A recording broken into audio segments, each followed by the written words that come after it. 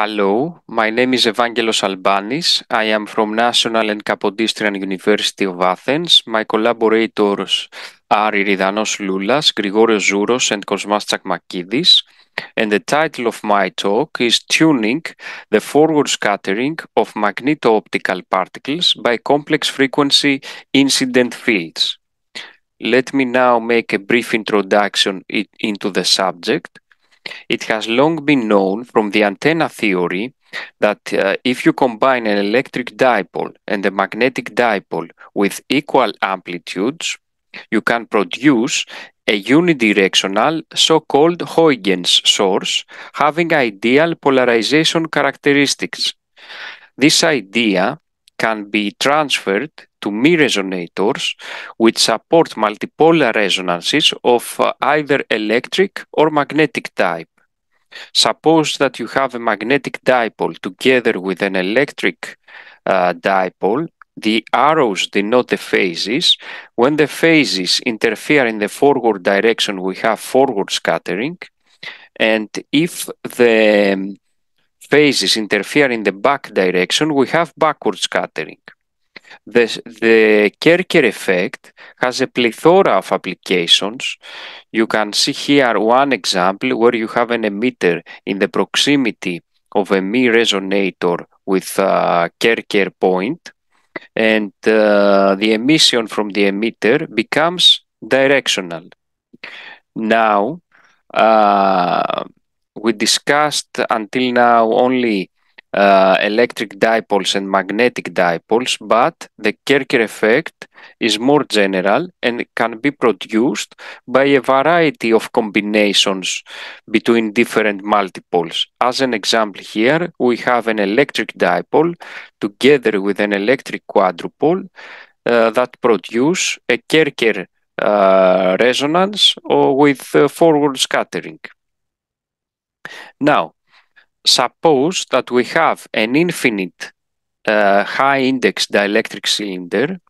Light comes from this direction with this polarization, and we see the scattering cross-section spectrum with two characteristic peaks. The peak, this peak with the green color corresponds to the electric dipolar mode, and this peak with red color corresponds to the magnetic dipolar peak resonance. We see here and here that we have two intersections between these two modes, which means the intersection means that they have equal amplitude. This is the first Kerker point, and this is the second Kerker point. The second Kerker point has this characteristic backward scattering. Black line is the exact calculation, and analytically, while the red dots correspond to MIP, which is the MIT time domain simulator, and they perfectly agree. What we see here is that there is a small residual of forward scattering, this small tail here. This makes the backward scattering not perfect. But since the problem is analytical, if we search for solutions that maximize the backward scattering, such solutions exist in the complex plane, which means that if we had a complex frequency, we could obtain perfect backward scattering. But what does a complex frequency really means? The complex frequency represents an exponentially decaying wave, as we can see here in this plot. If we add in the exciting frequency this particular imaginary part, then, as you can see here, we obtain indeed perfect back reflection. We note here that in time domain simulations, you have to consider at first a a periodic oscillation with a real part of the frequency, and after a transient time, then the wave must start to decay to obtain convergence in the time domain simulations and also in actual experiments.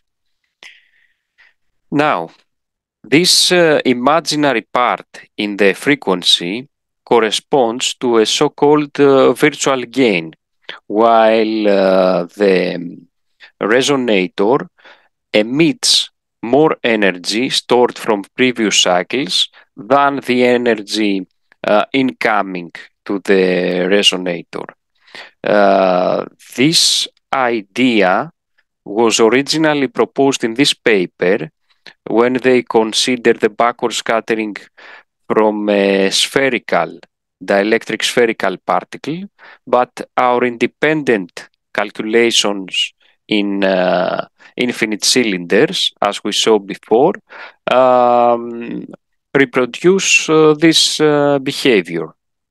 Furthermore, the concept of virtual gain is shown in this paper can be used to compensate losses in lossy systems, which means that these systems can become virtually lossless.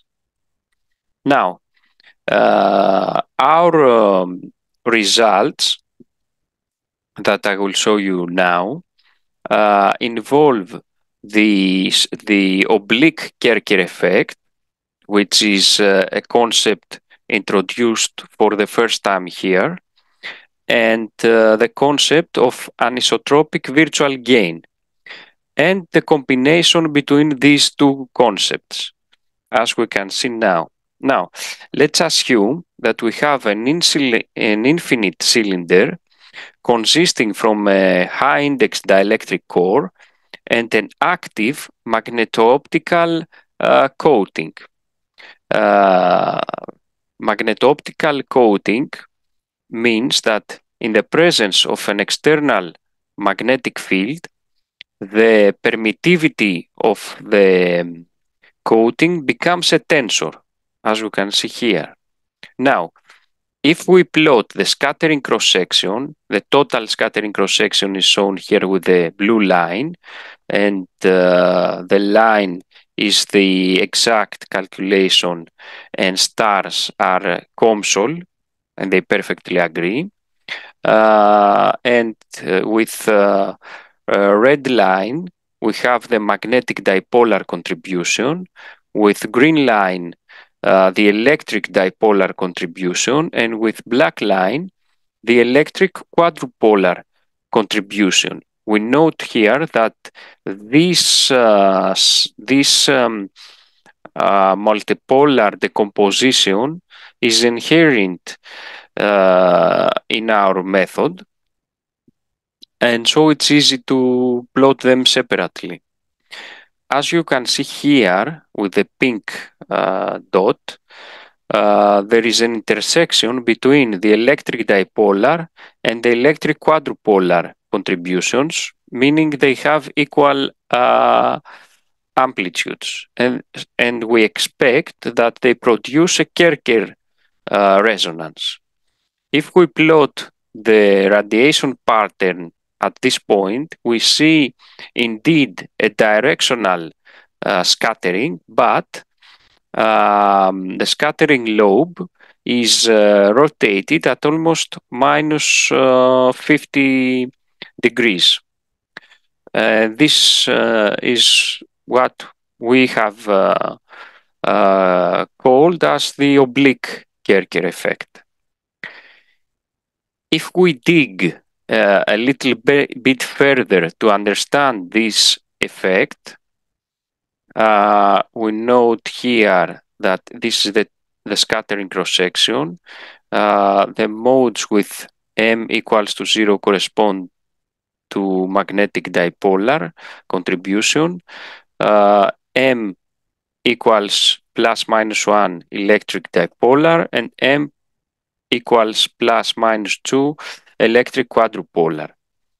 We plot its contribution separately here, and we see that the Kerker point originates from an intersection between the m equals to -1 and the m equals to -2 contributions.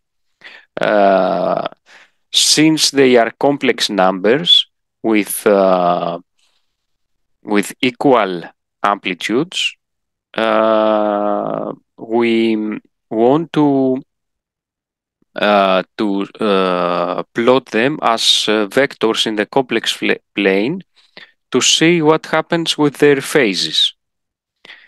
Now, we plot here the corresponding vectors in the complex plane for different amounts of gain.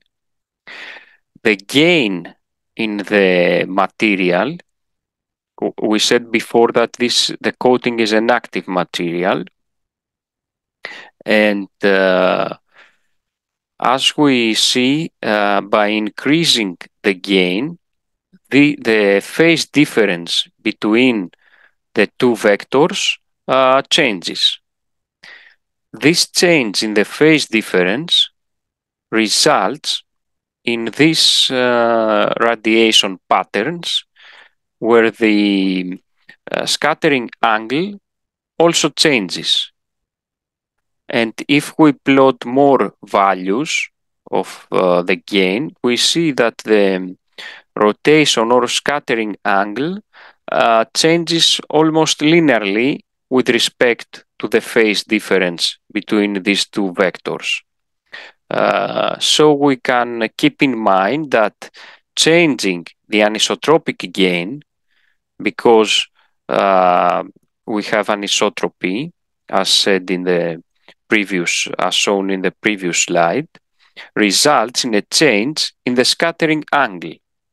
And why anisotropic gain and anisotropy is crucial in this case? This is because due to the anisotropy, the plus minus m degeneracy is lifted, as shown here. So the anisotropy plays a crucial role in this. However, as you know, it is not easy to change the gain in a material. So we can search for cases where we can change the virtual gain instead of the actual gain. So now let's suppose a lossy system, and the coating now corresponds to the material indium antimonide with realistic parameters. If we have an incident field with real frequency, we see that no Kerker effect emerges. But if we add an imaginary part into the incident frequency, as we can see so here, then a Kerker point emerges. This Kerker point has the oblique Kerker effect, as shown by the radiation pattern here, and now by changing the imaginary part of the incident frequency, the scattering lobe, changes its amplitude and angle. So, in other words, we change the virtual gain in the structure, which is anisotropic, as said before. Now, if we plot again the rotation angle or the scattering angle with respect to the phase difference between the vectors, we see that the change is almost linear. Now, our results are not only restricted to the combinations between electric dipolar modes and electric quadrupolar modes, but if we change the parameters, we can find, for example, a magnetic dipolar combined with an electric dipolar mode to form a Kerker resonance.